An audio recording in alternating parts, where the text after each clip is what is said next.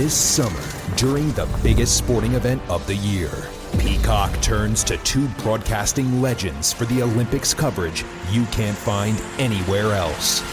I think they mean us. With an incredible duo sure to take home the comedy gold. Olympic Highlights with Kevin Hart and Kenan Thompson. New episodes Monday, Wednesday, and Friday. Only on Peacock.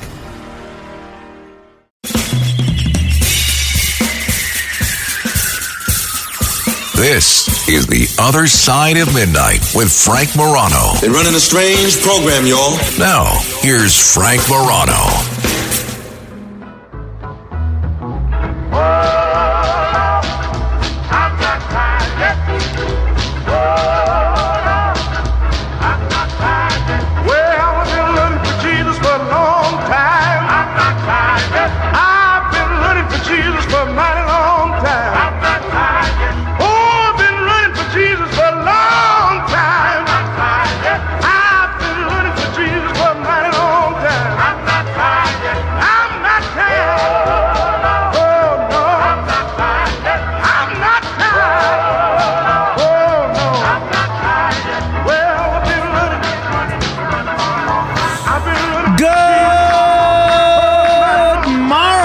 Everybody, this is The Other Side of Midnight. This is a subject that we have visited previously on this program, but it's a subject that is not going away. What I am going to tell you sounds like a headline from The Onion. This is all too real. Headline from the Associated Press. And I want to thank my buddy Darren from our sales department, Darren Broderson, who's a big listener to this show. He sent me this story. Chicken wings, this is the headline. Chicken wings advertised as boneless can have bones. That is the word from the Ohio Supreme Court. Ladies and gentlemen, when did we enter into a country of anarchy? Especially you in Ohio. How do you, in the Buckeye State, a state that has given us more presidents than just about any state, a state that gave us John Glenn and all sorts of other people that fly, how do you tolerate this? Boneless chicken wings, we can have a discussion about whether they should even be called chicken wings, but if they have bones in them, they're not boneless. If they have bones in them, by definition, they cannot be marketed as boneless. My friends, words matter. You cannot simply call a cat a dog. Imagine that, going into a pet store. Your little girl wants a cat. Oh, here's a beautiful cat for sale. Looks just like a German Shepherd. But here, this is a nice little cat. His name's Spot. You take the cat home. The little girl says, "Daddy, this looks like a dog." Nope, I bought it. They said it was a cat. That's how absurd this argument that the Ohio Supreme Court has now found meritorious on boneless chicken wings is. Consumers cannot expect boneless chicken wings to actually be free of bones. A divided Ohio Supreme Court ruled yesterday. They rejected claims by a restaurant patron who suffered serious medical complications from getting a bone stuck in his throat. Michael Berkheimer was dining with his wife at a wings joint in Hamilton, Ohio, and had ordered the usual boneless wings with Parmesan garlic sauce when he felt a bite-sized piece of meat go down the wrong way. 3 days later, feverish and unable to keep food down, Berkheimer went to the emergency room where a doctor discovered a long, thin bone had torn his esophagus and caused an infection. Can you imagine? Can you imagine? Berkheimer sued the restaurant, Wings on Brookwood, saying the restaurant failed to warn him that so-called boneless wings, which are, of course, nuggets of boneless, skinless breast meat, we'll come back to that in a minute, could contain bones. The suit also named the supplier and the farm that produced the chicken, claiming all were negligent. So in this 4-3 ruling, the Ohio Supreme Court said yesterday that boneless wings refers to a cooking style. What? Boneless wings refers to a cooking style? What?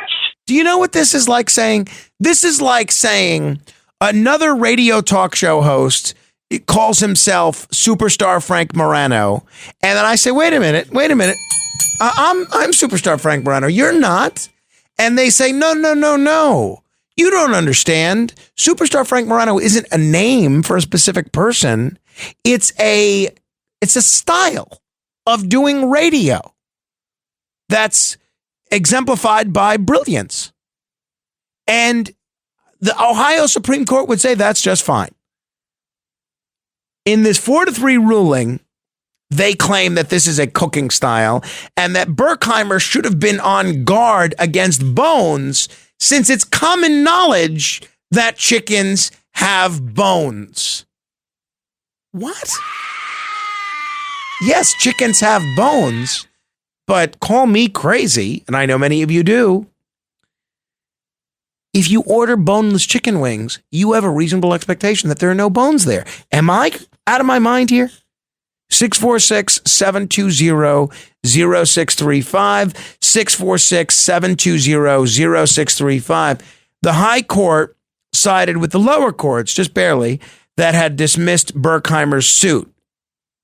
The justice that wrote the opinion for the majority writes, quote, "A diner reading boneless wings on a menu would no more believe that the restaurant was warranting the absence of bones in the items than believe that the items were made from chicken wings, just as a person eating chicken fingers would know that he had not been served fingers." Okay. I mean, that's the word from Justice Joseph Dieters.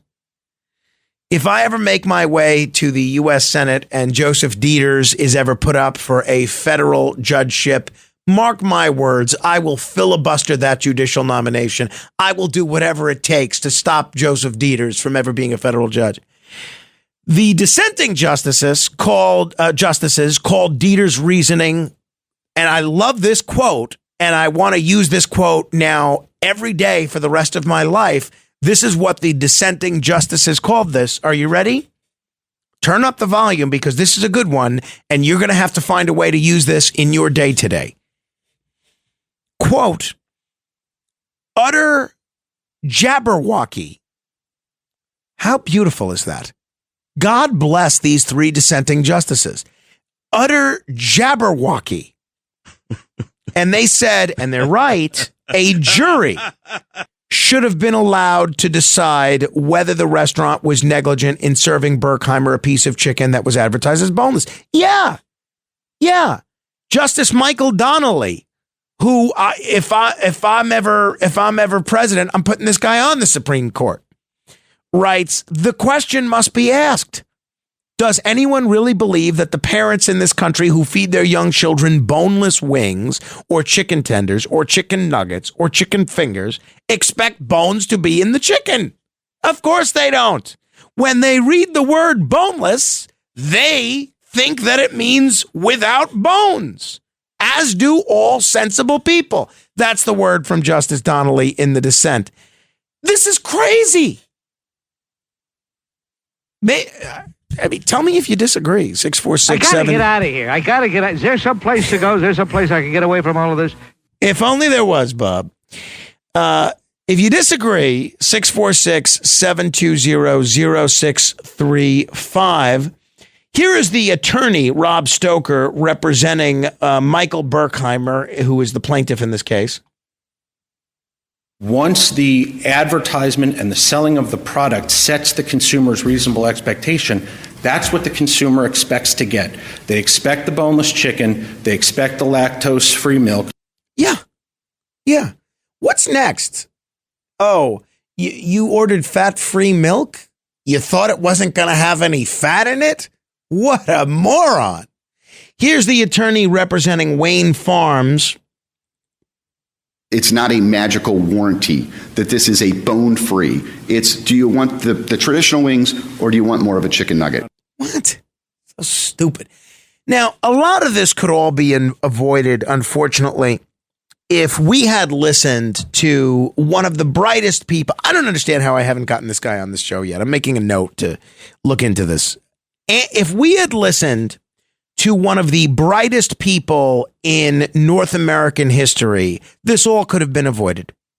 If we would have listened to a man who stood out for me as a rare highlight of the year 2020, all of this could have been avoided. There would be no litigation over what the word boneless means.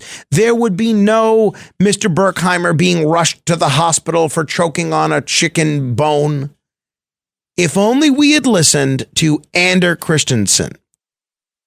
Let me take you back in time to when this Lincoln, Nebraska resident, a young man, talked to the Lincoln City Council in 2020 about this very subject. I go into nice family restaurants and I see people throwing this name around and pretending as though everything is just fine. I'm talking about boneless chicken wings. I propose that we as a city remove the... Excuse me, I'm trying to... Yeah. Excuse me. Sure. Come on. I propose that we as a city remove the name boneless wings from our menus and from our hearts. These are our reasons why. Number one, nothing about boneless chicken wings actually come from the wing of a chicken.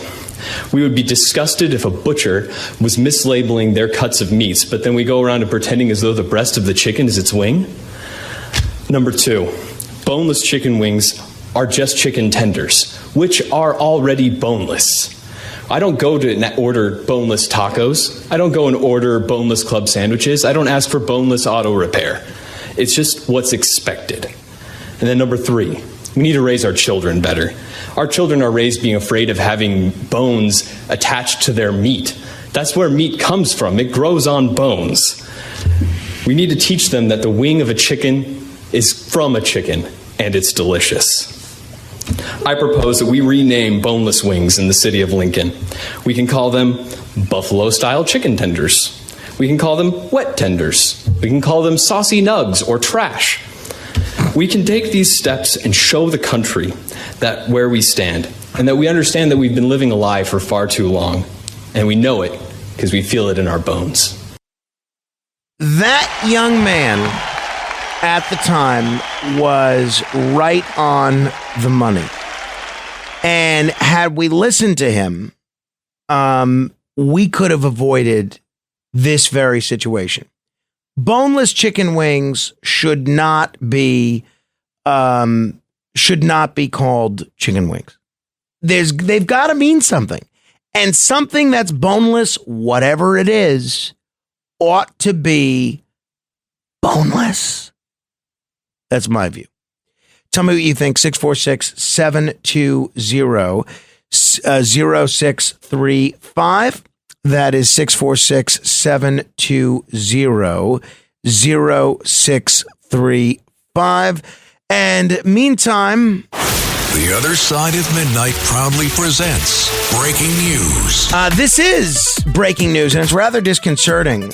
French train lines have been hit by, quote, malicious acts that have heavily disrupted traffic ahead of the Olympics. That's according to a rail company. High-speed trains around France were hit by several malicious acts this morning that have heavily disrupted traffic on the day of the high-risk opening ceremony of the Paris Olympics. That's according to the national rail company SNCF. Travel to and from London beneath the English Channel to neighboring Belgium and across the west, north and east of France were affected by what SNCF called a series of coordinated overnight incidents. Government officials denounced the incidents hours before the opening ceremony of the Paris Olympics, which are happening around France. There was no immediate sign of a link to the games. National police said authorities are investigating what happened. French media reported a big fire on a busy western route. So I don't know what the story is here, but we will get to the bottom of it. By hook or by crook, we'll bring you whatever information that we can as it unfolds within the next hours. Just stay tuned to this radio station for any updates on this, because it's going to be very, very interesting. I have a feeling. I don't know if it's hackers or something potentially even worse than that. We'll see. All right. Let me first begin. 646-720-0635 with Joe in Ronkonkoma. Hi, Joe. Hey, Frank. First off, have a great, safe vacation. Enjoy yourself. Thank you. Appreciate that, Joe. You do a great job. I'm trying to think what I'm going to do next week with you not being on, but I'm going to give whoever's on a shot. There you go. But I agree with you 100% about this wing situation.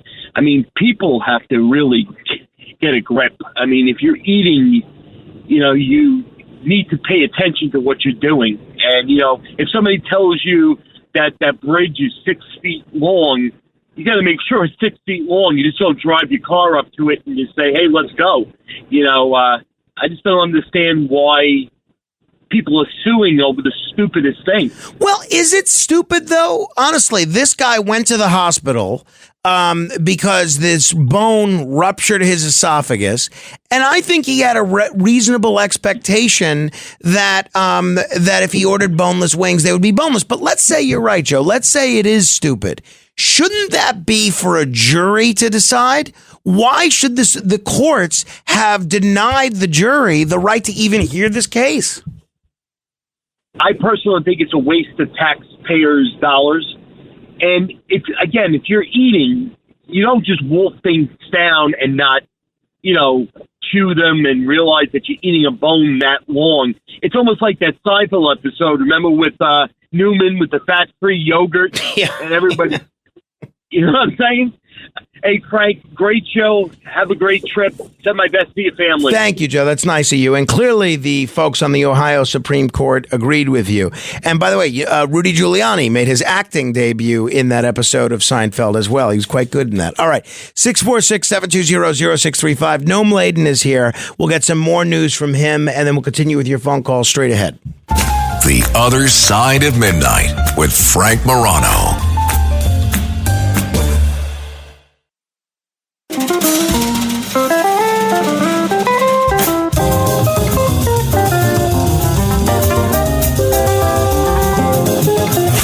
It's The Other Side of Midnight with Frank Morano.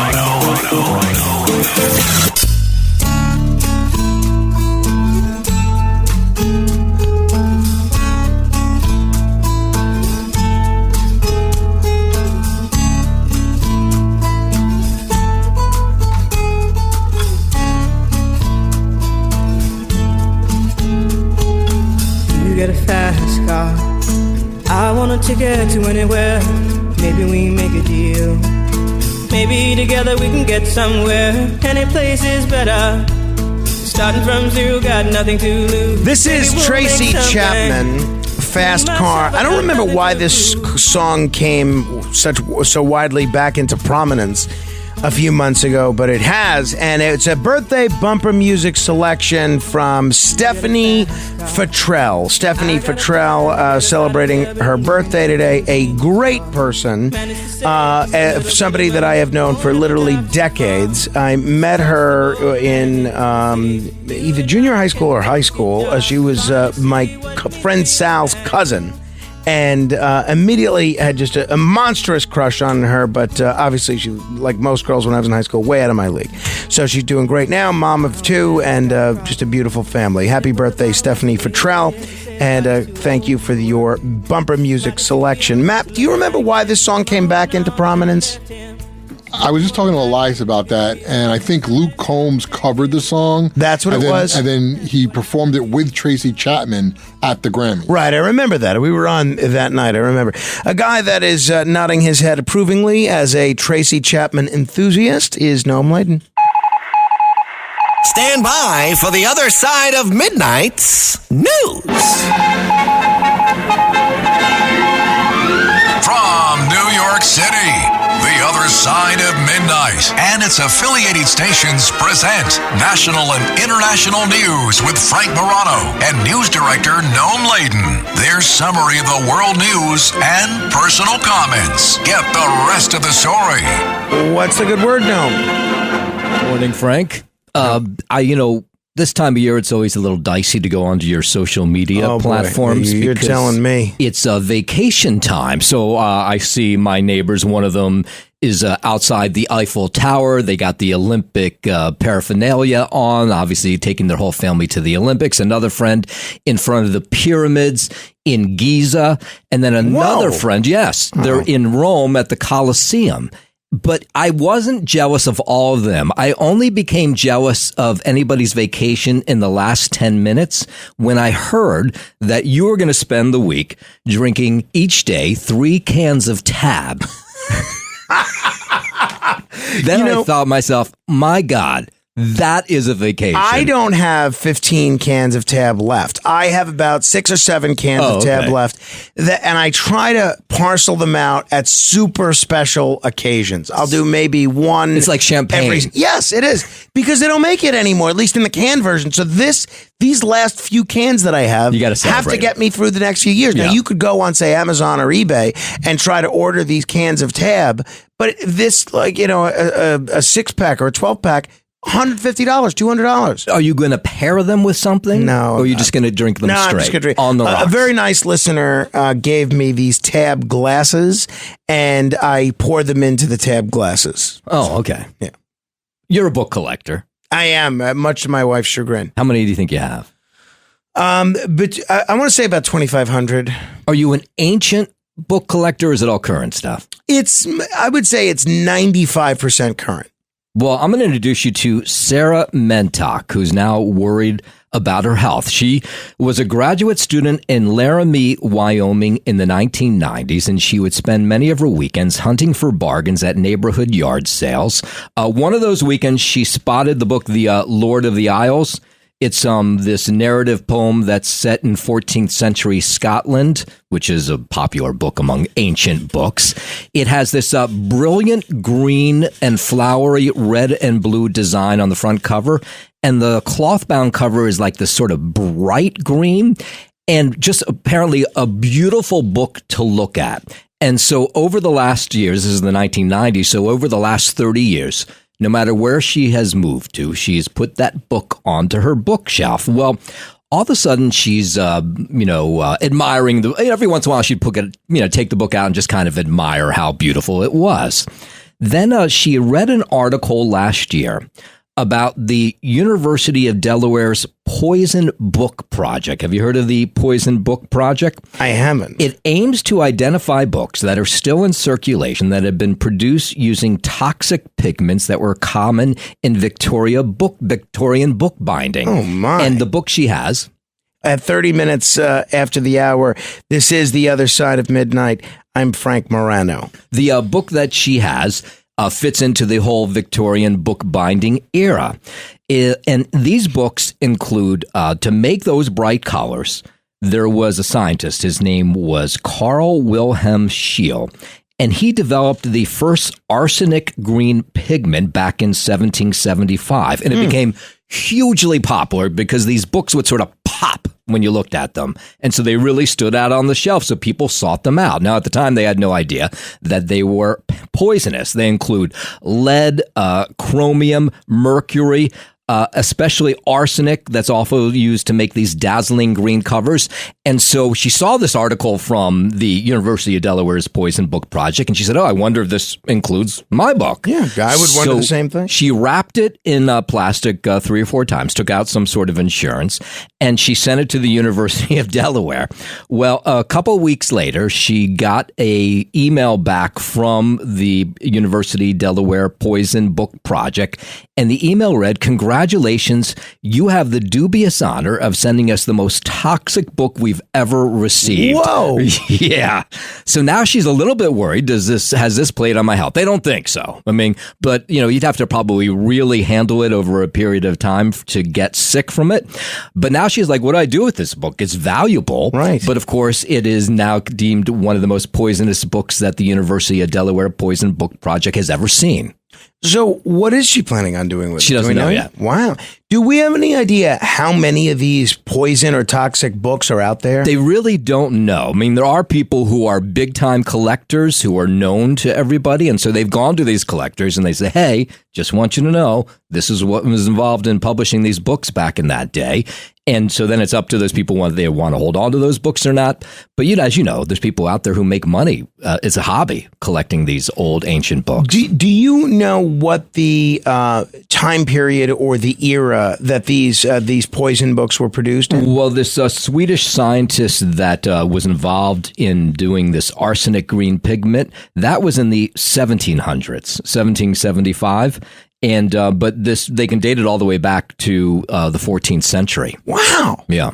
So if you have a book that is, say, newer than the 18th century, chances are you're in pretty good shape. Yeah. So if you're in the time frame of 1775, maybe the next 25 years or so, you may have a book that has all these chemicals in it, and you might not know it. It might be one of these books that pops out among all the other books you have. But the reason it does is they used arsenic and all these other chemicals in it. This lady that had the poison books, what year was that book from? Do you know? Well, the book itself is a narrative poem that goes back to the 14th century, but the book itself was made in the 1700s. Wow. Yeah. Jeez, that is wild. Well, I'm glad she is okay. Hey, by the way, if you have any of these poisonous books, I would love to hear from you. You can email me, frank.morano at redappleaudionetworks.com. That's frank.morano at redappleaudionetworks.com. Or you can even find me on Twitter at Frank Morano. That's Frank, Morano. Noam, now you're on Twitter, but you don't tweet much, right? I never tweet. Yeah. I'm going to stop tagging you in these tweets. No, I like when you tag me because then I have something that sometimes I'll look at it and I'll see I have like 50, what do you call them? Notifications. And they're all from you. Well, you're and I'm like, Frank loves me. All right, so, good. Yeah, don't untag me. All right, It's good for business, I think. Is it? Well, I mean, but what good is it for people to follow you if you're not going to tweet anything? Once in a while I go on, but you know what it is. Truthfully, when I had my first contract with ABC a number of years ago before I came back. In my contract, it said I was mandatory that I posted 12 times a week. I see. And I was so overwhelmed by that because I just thought it was so annoying. Nobody wants to hear from me 12 times a week that I don't do it much anymore. Understood. Yeah. If you're just tuning in, I'm Frank Morano. We are chewing on the news of the day with the one and only Noam Laden. Cast of Big Brother. This is season number 26 for the CBS reality show. If you haven't followed this, this is what they do is they sequester 10, 12, 15 people in a home outside Los Angeles. They're cut off from everything, television, radio, newspapers. They have no idea what's going on in the world. And then one by one, they try to survive to be the last person in the house. And if you are, you get like $500,000. This goes on during the course of the summer. It's been incredibly successful for CBS. They make money on not just the TV platform, but you can watch these people 24/7, pay for that. So this is the 26th season of the show. And the question, they've been sequestered now since before the assassination attempt on former President Donald Trump and before Joe Biden dropped out of the race and Kamala Harris took his spot, or it looks like she's going to take his spot. So the question is, do they tell these people what's going on in the world? That's the question they're asking Julie Chen Moonves, who's the host of the show. They asked her, "You're going to tell these people about that? These are, relatively big world events." Do they see? I don't think I've watched this show since the first season 26 years ago. I did watch a bit of that. Do they routinely tell them about world events? No, there's only been 2 times over the 26 seasons where they broke in to tell them what was going on. 9/11. Yeah, right. So first time was 9/11. And unfortunately, actually, one of the 3 cast members who was left in the house at that point, her cousin was in one of the towers and died. Man. Yeah. And I mean, that's horrible. And so they had to tell her what was going on, and they did. And you can imagine how upsetting it was. The other time they said it was really more out of fun that they decided to tell them. Because everybody thought Hillary Clinton was going to win in 2016, they let the cast know that that Donald Trump had won the election. And they thought, okay, that'll just be fun to see what the reaction is. But now the question is, these are relatively big world events. Will they tell them? When are they escaping this again? Not until the end of the summer. All right. They don't need to be told. Well, it looks like they won't. No. Julie Chen says she doubts it, but they're talking over producers over this weekend, and they'll make a decision about, because the people are already in the house, the doors have been sealed. That's it. No, yeah. Come on. I mean, it doesn't matter. Again, I don't know why I'm so concerned about the integrity of a reality show that I don't watch, but they should absolutely not be told. Okay, well, it doesn't look like they're going to be. Thank goodness. You'll probably get your wish. Thank you. Southwest Airlines, you probably heard about this. Yes. They are now going to do assigned seating. And the big thing they had for a long time was that you could get on the plane and sit wherever the hell you pleased, as long as nobody else was sitting there already. No, there was no assigned seats. So outwardly, they told us that the reason they decided to do reserve seating is because the vast majority of people who fly Southwest, which is a low-cost airline, said they didn't like the idea of not knowing where they were going to sit. They liked the idea of seeing, they have an aisle seat, a window seat, whatever it may be. But we come to find out, of course, there's a whole lot more to this story. What's happened in the airline industry is there's so much money to be made on airline seats now and where they are. And no doubt if you've flown in the last decade or even less than that, what the airlines do now, of course, is they can say, hey, do you want an aisle seat? Okay, that's going to be $10 extra. They slap you with these little fees on top of your ticket. So the big airlines routinely do this. If you want an aisle seat, if you want a window seat, you want the exit row, that's $25. If you want the front of the plane, that's $75. And they make a lot of money off this. And what Southwest Airline has realized is they're leaving a ton of money on the table. And money that they really need, even though they've been pretty successful as an airline. They think in all it could be about $1 billion in fees if they start charging for reservations and specific seats. And they'll also start getting in that whole idea of what you carry on the plane, the size of it, because everybody now carries everything on because they don't want to get charged the luggage fee. So there'll be fees involved with that as well. How did they, in the old way, when you could just take whatever seat you wanted, how did they determine who got to board the plane first? Because I would think the people that get to board the plane first get all the good seats. It was all just a matter of who was in line. You had to get in line. You get there early. I never flew them, so I can't. Me neither. I don't know what it was like. Maybe there were fights on the plane. But Southwest is not big here. They don't have the big hub here in the New York area. They're more, in the Southwest. That's why Southwest Airlines. But anyway, we'll see. They saying that, again, they blame passengers. They said the flyers were the ones who demanded that there be reservations, and that's why they went the route. But it seems like there's a whole lot of money involved. One more? Yeah, please. Okay. We told you about this campaign on the part of North Korea to launch balloons loaded with trash and in some case feces into South Korea. And what happened this week is really kind of amazing. So they're continuing to do this. In North Korea, they have people filling up these large balloons with mostly trash, cigarette butts, all kinds of stuff, sometimes feces. And then they float them over to South Korea. And then at some point, sometimes they explode. Whatever it is, it's a nasty surprise for people on the other side of the border. Well, in the last couple days, they had been able to get a balloon into Seoul, into the capital, and it actually landed in the presidential office, the area that's in this highly military area. This balloon, more than one, landed in the sprawling compound that's in Seoul that includes the offices of the president. The authorities there, they don't know exactly how many, or they won't tell us how many of these balloons reached the compound, but it is probably the most tightly guarded place in South Korea. I would think so. So people are shocked that these balloons got in there because, of course, you don't know exactly what's in them until you pop them. And they've had these horrible surprises. Now, this whole balloon thing started decades ago when the two sides, North Korea and South Korea, at some point had some sort of agreements where they got along. Now they don't get along. The people on the South side were the original ones to send these balloons in 20, 30 years ago. And in those balloons were propaganda that said, by the way, you're being held hostage, essentially, in North Korea. And now this whole balloon campaign from North Korea continues. And there's not much South Korea can do to stop it because they don't have any relations. So one of the claims that I saw is that the North might be using timers to make these balloons explode over certain points in South Korea.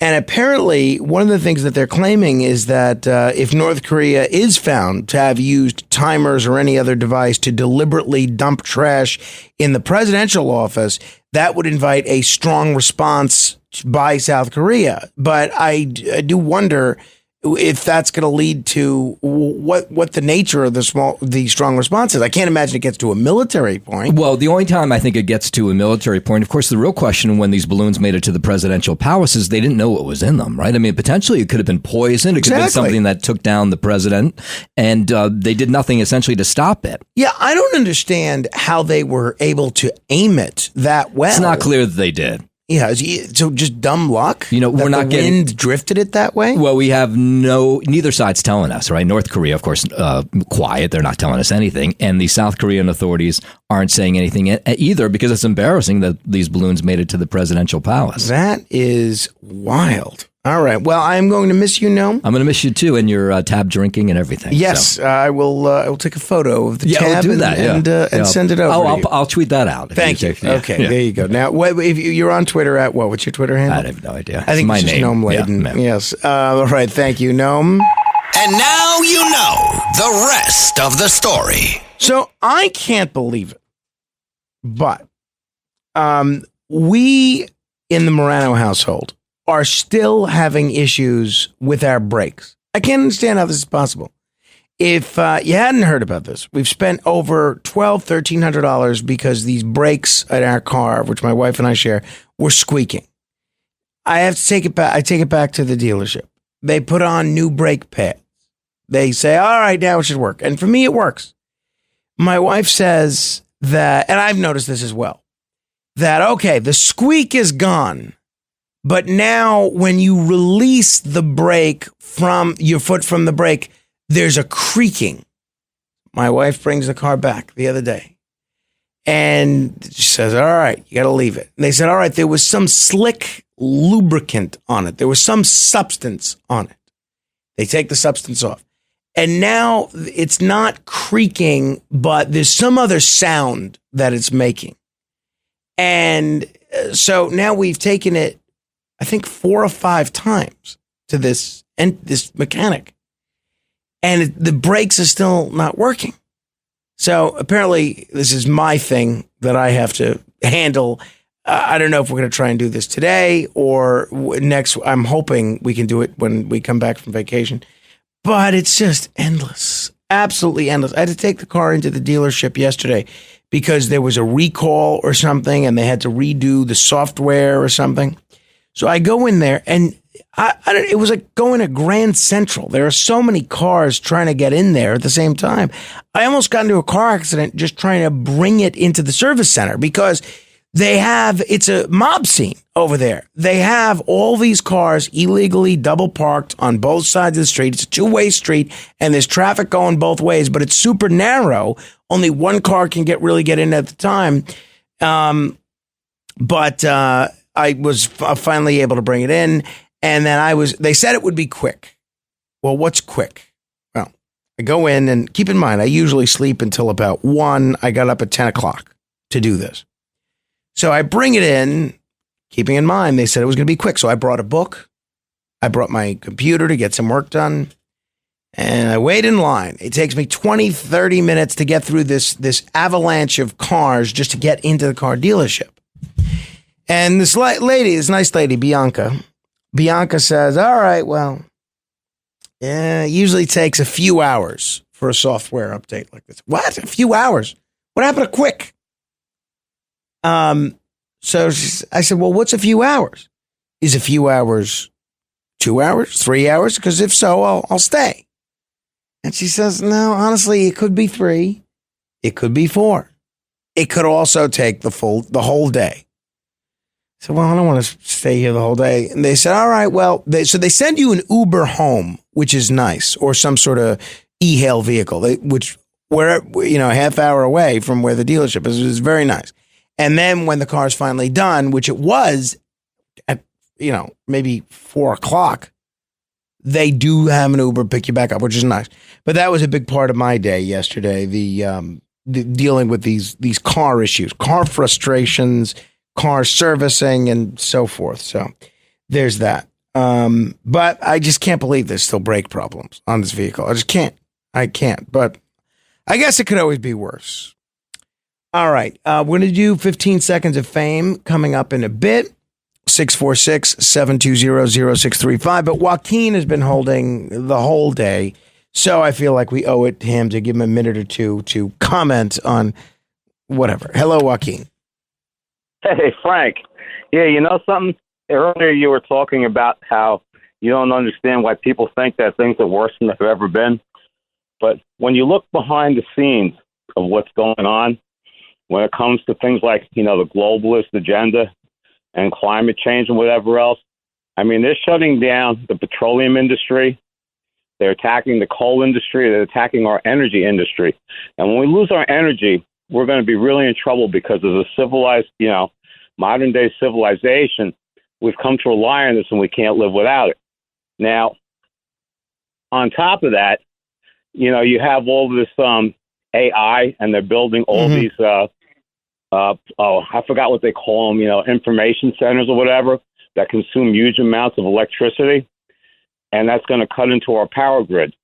So there's a lot of things going on right now that are really, endangering modern civil life. Yeah, I agree with you, Joaquin. There certainly are. But my point was there was always bad stuff going on, right? If you go back 20 years, we're at war in Iraq, we're at war in Afghanistan, we're just a couple of years removed from horrible terrorist attacks. You go back, 15, 20 years before that, everyone's concerned about acid rain and holes in the ozone layer, which have thankfully been healed. You go back 15, 20 years before that, we're assassinating civil rights leaders, presidents, and senators. I'm saying there's always something you can focus on, a negative. But I would never allow the negatives to drive me to have a decision not to have children. In fact, just the opposite. The more negatives I see, sincerely, I'm not being, I'm not trying to throw cliches at anybody. The more negatives I see, the more it would want me to bring good children into this world, right? Because it could help turn the tide at least a bit. At least you move the needle 1 iota, right? All right. 646-720-0635. Jeffrey is in the Queens. Hello, Jeffrey. Hello, Frank. So many things. I'll do the best I can. Apropos of the overly medicated society we live in, that singer-songwriter Loudon Wainwright III, I mentioned a couple months back to you. Mm-hmm. He has he had a song. He nails it. I think it's called "Over the Counter," and wrote it about 10 years ago. And 10 years from now, Frank, you will thank me for all the songs that you fall in love with. But that's another Thank matter. you. I appreciate that. Yellow Submarine, Frank. I lived through that era. Maybe I was 10 in '67, and the Vietnam War was raging. Just imagine how my mind processed psychedelia, Yellow Submarine, and the Vietnam War. You came to it later. You know what I mean? Like, I actually lived that era, but I was too young to really make sense of it. I get it. Right. I get it, Jeffrey. Thank you. All right. We're going to do 15 seconds of fame in a moment. 646-720-0635. 646-720-0635. This is The Other Side of Midnight. Straight ahead. The Other Side of Midnight.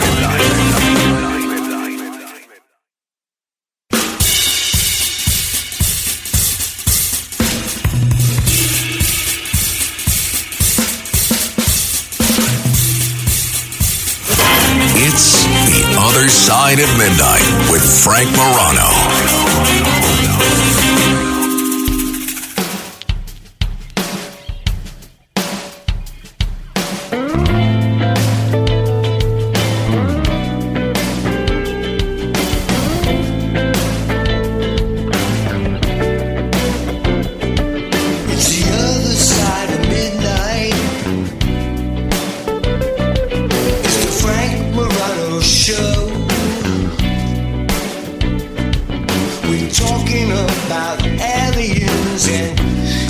This is The Other Side of Midnight. I'm Frank Moreno. We're going to do 15 seconds of fame shortly if you want to start queuing up. Our phone number is 646-720-0635. That's where you get to comment on anything you like for 15 seconds. You can say whatever you want. It could be a joke. It could be a question. It could be a commentary, whatever you like. Before we get out of here, I did want to mention, we were talking earlier about the J.D. Vance comment about the childless cat ladies. This is getting a lot of attention. If you didn't hear what J.D. Vance said, this is what he said. We're effectively run in this country via the Democrats, via our corporate oligarchs, by a bunch of childless cat ladies who are miserable at their own lives and the choices that they've made. And so they want to make the rest of the country miserable, too. And it's just a basic fact. You look at Kamala Harris, Pete Buttigieg, AOC, the entire future of the Democrats is controlled by people without children. And how does it make any sense that we've turned our country over to people who don't really have a direct stake in it? Well, you know what? First of all, I think that is, I guess he was making a joke, and I'm not going to judge him too harshly because I make a lot of bad jokes or bad metaphors every day. And so it just happens. When you talk that much, you're going to say foolish things. I think that is going to hurt him, though. I really do. I think it's already hurting him in some quarters, not only with cat owners, but about people without children. But as far as the broader point that he was making there, I think when he says, Kamala Harris doesn't have any children, I mean, she doesn't have any biological children. That's true. But there's a lot of people that don't, especially a lot of women. She's a stepmom. She's a step parent. Well, I mean, I feel like you shouldn't totally discount people that are step parents because a lot of step parents are just as close to their children or stepchildren as biological parents are to their children. I don't think that's appropriate at all. I think that is a lame explanation on his part. One of the people that he referenced is also a father of adopted children, and that is the Transportation Secretary, Pete Buttigieg. The really sad thing is he said that after Chasten and I had been through a fairly heartbreaking setback in our adoption journey. He couldn't have known that, but maybe that's why you shouldn't be talking about other people's children. Yeah, I tend to agree with that. I really do. I really do. So I think that's a remark he should take back. That's what I would do if I were him. All right. 646-720-0635. The Other Side of Midnight. This is 15 Seconds of Fame. Ray! Yes, I think sometimes a well-placed curse word is okay. And Nancy Mace, at that time, I think it was good because Trump almost got his head blown off, so that lady deserved it. Thank you. Mike. Morning, Frank. I'm a middle-aged, straight white male, and I applied for a job in a company with a strict DEI hiring policy, and I'm hired. I ask myself, why was I hired? Is there something unusual about me? Could it be I'm best qualified for the position? Probably not. Maybe it's that third eye in the middle of my forehead. I guess I fill the category. Mike. Yes, sir. When people think about abortion as far as, looking into the future, just think of J.D. Vance and Bobby Darin and all them guys who made it in the world who probably would have been told that the mother aborted. Maria. Hi, everybody. Happy vacation first. Second thing, I promise not to write any more political posts. And my last one I got over 275 hits already. Do I win a prize? Enjoy your vacation. I'll investigate it. Bob. Ashley Dupree claims that client number 9, Elliot Spitzer, was her best customer because he was done in a New York minute. Oh, Ray. Happy 81st birthday to Mick Jagger. Have a safe and happy vacation there, Frank. Larry. Frank, the Susan Zwang issue was really about Eric Adams antagonizing people with his progressive belief that homeless people should be considered vulnerable adults and be able to drain the resources of thriving communities. Rusty. This is for Sid. they asked Kamala Harris if she was going to endorse Willie Brown. She said, nah, he left a bad taste in my mouth. Oh, please. That's terrible. All right. We'll leave it at that. If I didn't get to chat with you, feel free to email me or find me on social media at Frank Morano or on Facebook at Morano Fan. Frank Morano, good day.